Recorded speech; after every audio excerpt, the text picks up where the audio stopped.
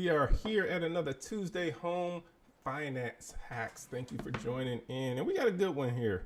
As always, they're all good. But in any case, we are discussing, let me pull up my notes here, three of the biggest, often overlooked unknowns that can cost you home buyers a lot of money. So we're looking at three of the biggest unknowns that can cost you as a home buyer or potential home buyer a whole lot of money when you're entering into the housing market. So we're going to jump straight into number one, loan product mismatch or missed benefits. So the loan product that you select has a big effect on how much you are going to be making in your monthly payments, but it also has a big effect on how much you're going to be paying every single for closing costs. And I'm actually going to start this over really quick because I wasn't hitting record where I needed to hit record. There we go. All right. Sorry. Let's start this over from the top. So we're talking about the three biggest unknowns that you as a home buyer or potential home buyer could face that could end up costing you a lot of money. So let's get straight on into number one, loan product mismatch or missed benefits. So the loan product that you select as a home buyer has a big effect on how much your monthly payment is going to be, but it also has a big effect on how much you're going to end up paying in closing costs. Loans such as FHA loans tend to come with different interest rate pricing, oftentimes lower interest rate pricing than what you'll find on conventional loans. VA loans have pretty competitive interest rates as well. And then, USDA has their own set of things, which tends to be pretty, well priced as also. But in any case, what you might see in closing costs, what you might see in mortgage insurance, especially when it comes to conventional loans, depending upon what your credit score is, can drastically affect how much your closing costs are going to be or how much your monthly payment is going to be, because those mortgage insurance costs can really eat away at your monthly costs if you're going conventional, but you don't have a really high credit score. So again, having that right loan program can be huge in making sure that you are paired with the right benefits. And speaking of the benefits, which was the second part of that first thing, the loan product mismatch and the missed benefits. The missed benefits. So there are some benefits that are out there for individuals who might be purchasing in certain areas. Maybe you're looking to purchase in a county that has its own down payment assistance program. Then that's something where you knowing about that down payment assistance, particularly if you needed that down payment assistance, could be something that could really help you out in being able to get that home. Or maybe you are purchasing a home that's part of a community lending program, and that community lending program offers reduced interest rate pricing for homes that are within a certain geographical location. I've actually done these loans before where homes that fall within a particular geographic location qualify for a community lending program, which gets the home buyer reduced interest rates. And that can save you $150 a month on your monthly mortgage payment. Well, if it doesn't cost you anything to just save an extra $150 a month, what's that helping you pay for? Groceries, streaming services, utilities, gas. I mean, there's a lot of stuff that you can put that extra $150, sometimes a little bit more, to work. So knowing about these programs and these benefits that might apply to you depending upon the area where you're purchasing in could be huge in helping to make sure that you get all of that money available. But there are a lot of people that purchase homes every year and their real estate agent doesn't know about these benefits or these programs. Their mortgage lender is not aware of these programs or these benefits that they may qualify for. And unfortunately, you as the home buyer are the one who ends up suffering because your team doesn't know about it. So making sure you get plugged in with a mortgage lender or a real estate agent or the right team that can help drive you to where you can maximize all those benefits that you have available to you is something that can help you out. Moving on to number two, underestimating closing costs and prepaids. So we'll start with closing costs first. Closing cost is what I call the cost of everything to purchase a home minus the down payment. So I divide all of your upfront cost into two categories. The down payment, which is the percentage of the purchase price of the home that you have to pay in cash or at closing upfront to purchase that home. And then there's the closing cost, which is the cost of everything else that's not the down payment. We're talking the origination fees, attorney fees, title fees, insurance, taxes, all of those things, which I lump together into closing costs. Now, underestimating the closing costs is something that can end up costing you a lot of money in the long run. And the reason is because, or really in the near term, and the reason is because when you are going to purchase a home, you know about how much money you have. Let's say that you have $10,000 to be able to purchase a home, and you go and get under contract to purchase let's say a $270,000 home, $280,000 home, and you're putting most of that $10,000 toward the down payment. So that means you need the seller to come help out to pay your closing costs. Well, if you underestimate how much those closing costs are going to be, then you could be in a situation to where the seller, you've negotiated in the contract for the seller to come to the closing table with a certain amount to cover closing costs, and closing costs end up being more than that. And so if they're more than what the seller has agreed, then you've only got one of two options. One, you're trying to go back to the seller to ask them for more money, which might not go over too well with the seller if they've already agreed for one amount and now you're trying to raise that amount. They might not be okay with that. They might not agree to it. Or number two, you have to come out of pocket yourself. You have to come out of your own pocket to end up covering that money that you did not get initially from the seller because you underestimated how much closing costs were going to be. So you want to make sure that you get a really good estimate from a mortgage loan officer on how much closing costs are going to be. That being said, different mortgage loan officers will have different closing costs because they have different costs of doing business. One mortgage lender might charge more in origination fee, but they don't have other costs that they charge. Other loan officers or mortgage companies might charge no origination fee, but they charge, an admin fee, a processor fee, and an underwriting fee.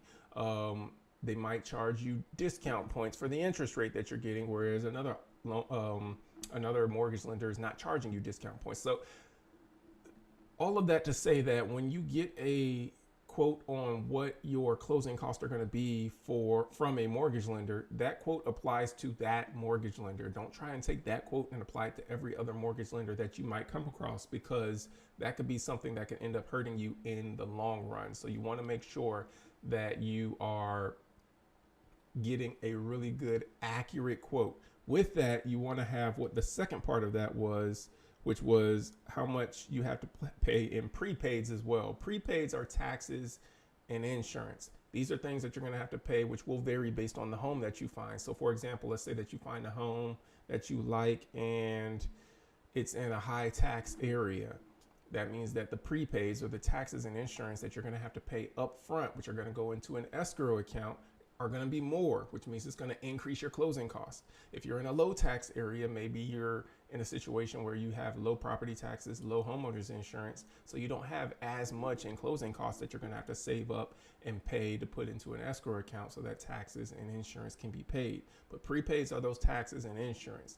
And in addition, one last thing I'll say before we move on to the third item is that you want to make sure that when you're getting this closing cost estimate, that it includes any discount points that you may have to pay for your interest rate, because that's also going to be added to those closing costs. So for example, let's say that your mortgage lender is saying, hey, I can get you a 6% interest rate. Well, you want to know, how much am I going to have to pay you to get that 6% interest rate? If it's, one discount point, make them convert that into dollars for you. Oh, it's going to be 1% of the loan amount, and the loan amount's $300,000. So that's $3,000 that you're going to have to pay for this, this interest rate that we're going to get you at 6%.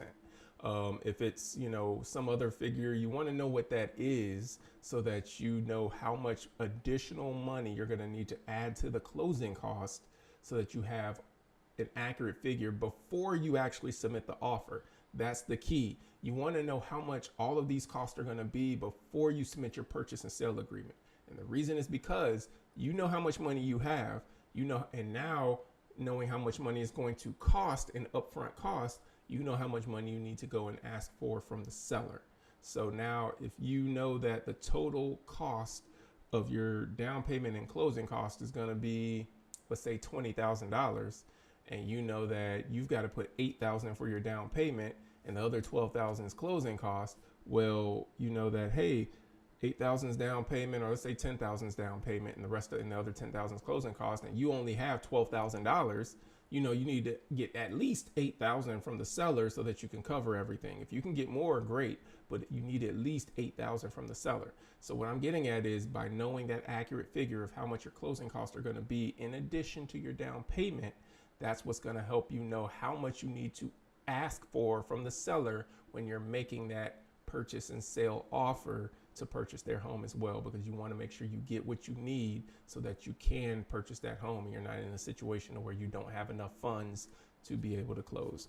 Now, moving on to the third and final item: hidden property issues and long-term costs. So hidden property issues, these are sometimes things that could have been revealed by a home inspection that you may have missed, because there are still individuals out there who forego paying for a home inspection because they want to save that 400, 500, 600 bucks, whatever it's going to cost you to get that home inspected.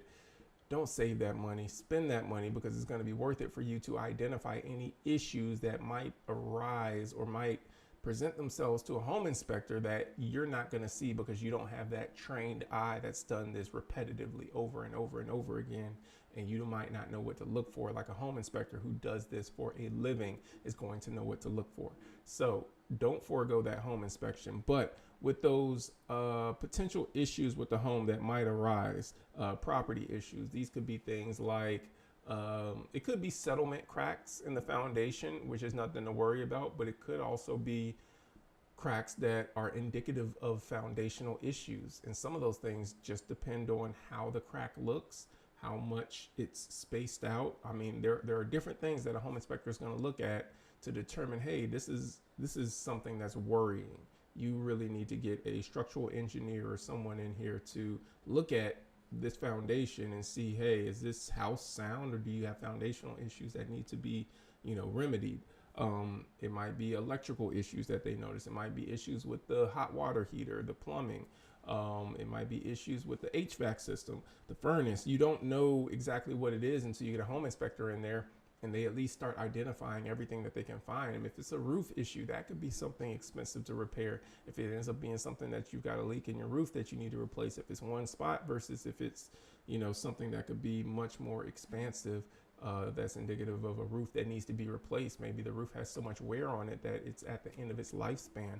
So many things that you don't want to have hidden when you're going to make the biggest purchase of your life. You need to know about these major expenses up front. And the way that you can know about that is by getting a home inspection and having a home inspector go in there, look at it, and recommend, if they find anything, that maybe you go and talk with someone who deals with mold, because maybe they find a lot of mold in the vents or somewhere else. Or they have you talk to a HVAC technician or someone who specializes in whatever it is that you need remedies. So that's one thing. And long-term cost. Long-term costs are things that you might not at the onset be thinking about, because it's something that a lot of first-time home buyers might not even know about. But let's say, for example, and there's a lot of different examples of long-term costs. So I'll give you a few. One of them could be utility cost. So you might not know, if you haven't heard anything from the seller, about how much utilities cost on average per month. That's a question you can have your agent ask the listing agent, so you at least have an idea, hey, about how much per month does the seller pay in utilities. Now, that might not give you a great indication of how much you're going to spend, because you don't know what the seller's living habits are. Maybe they leave the lights on in every single room in the house until it's nighttime. Maybe they leave the water running excessively, or maybe they are very, very frugal in how they live, and you're the person that leaves the lights on everywhere you go, or you leave the water running excessively. So it may or may not give you a good indication, but some things that could give you a better indication of how high your utility bill might be is how well the house is insulated. Does the house have, storm windows? Does it have windows that help retain the temperature on the inside of the house?